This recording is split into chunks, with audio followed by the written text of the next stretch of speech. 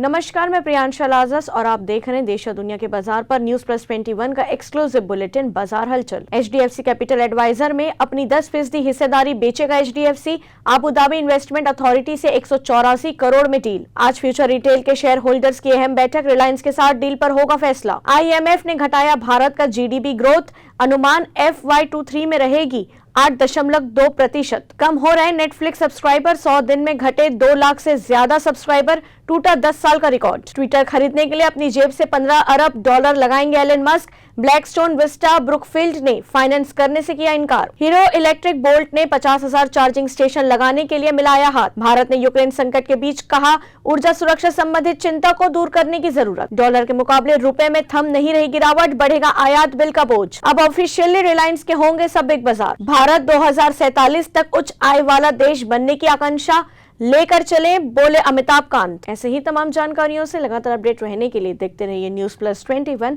आपके हक की बात।